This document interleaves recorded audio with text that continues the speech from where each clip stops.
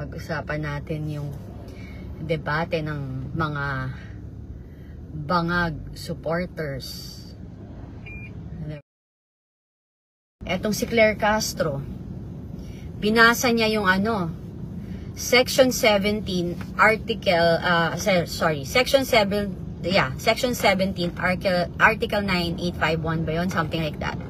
Binasa niya sa interview niya. Hindi naman niya binasa ng buo.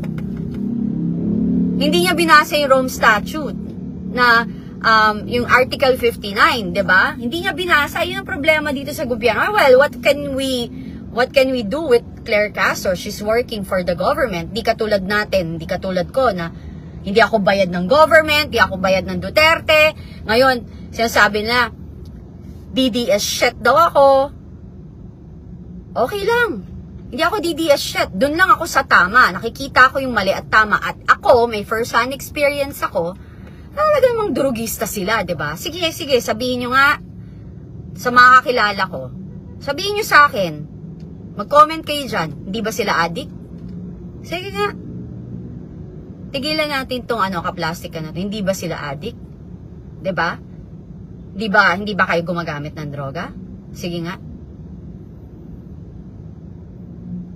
Sige, sabihin nyo sa akin na nagsisinungaling ako na hindi kayo nagdodroga. Yun ang problema dito eh. Yung mga lawyer na nag-file niyan, na keso ang human rights, karapatan nilang, okay, fine. Paano kami?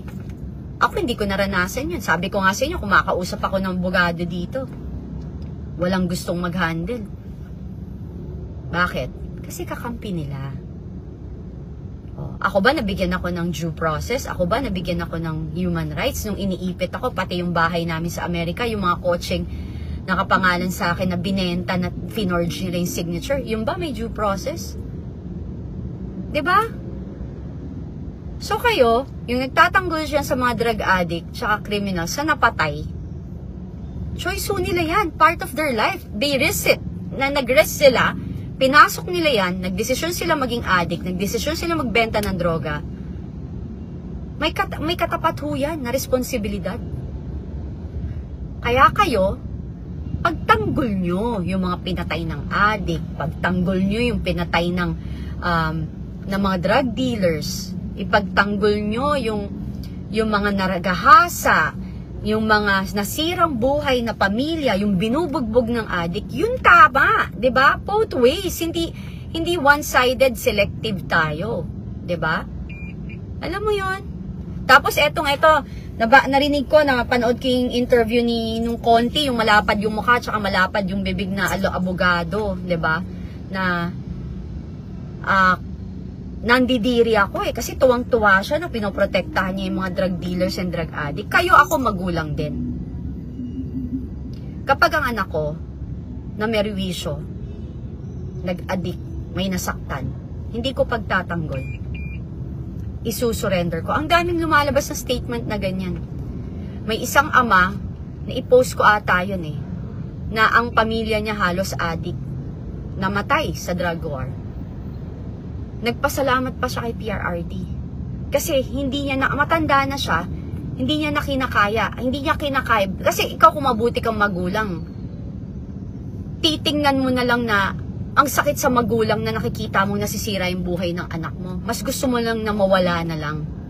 Kasi kung ayaw rin, ang pagbabago kasi choice yan Kahit na anong pilit mo, hindi magbabago ang isang tao kapag ayaw niya. 'Di ba? Sabi nga, pag gusto mo may paraan, pag ayaw mo may katwiran. Ganun 'yan. So ako, tigilan nyo. Kasi nag-addict sila, choice nila. Pwede man kang huminto pero choice nila maging drug addict. Yung pagbebenta ng droga, choice din nila 'yon. Kasi pwede rin naman sila magbago at huminto, hindi pa rin sila huminto at nagbago. So, pagtanggol nyo naman kami, yung mga biktima ng droga yung mga addict na nanggahasa, pagtanggol nyo kami doon. Hindi yung nakakadiri yung ginagawa nyo na dyan lang kayo nakatutok. Grabe. Oh, tama to. Sabi ni Mike, from anti-drug criminal admin to pro-addict criminals. Never again, Marcos. Tapos ngayon, etong si Conti, Attorney Conti. Conti lang yung brain, sorry. Ano siya eh? Alam mo, sabi niya sa interview, sige, mag-rally pa kayo para lalong hindi pauwiin si PRRD dito. Wow! Tinakot mo pa kami. Sino ka? 'Di ba? Dapat nga ikaw rin yung sa ICC eh, kasi pinoprotektahan mo addict. Dapat kayong mga nagpoprotektahan ng mga mga addict and criminals. Kayo ang dali namin sa ICC. Kami mag-file ng complaint against you na kami mga biktima ng mga na-rape, mga na-rape ng addict at napatay na mga addict. Hindi nyo kami pinapansin. Eto, may time kayo. Bakit? Kasi this is a political assassination. This is all political. This is not about human rights. Sabi nga ni Senator Bato, bullshit. Bullshit talaga. Bullshit kayo kasi hindi nyo naintindihan yung feeling ng nabuli, na abuso, sinaktan, ginahasa, namatayan dahil sa mga kriminal na addict, drug dealers, and drug users. Sobra kayong insensitive and you don't care.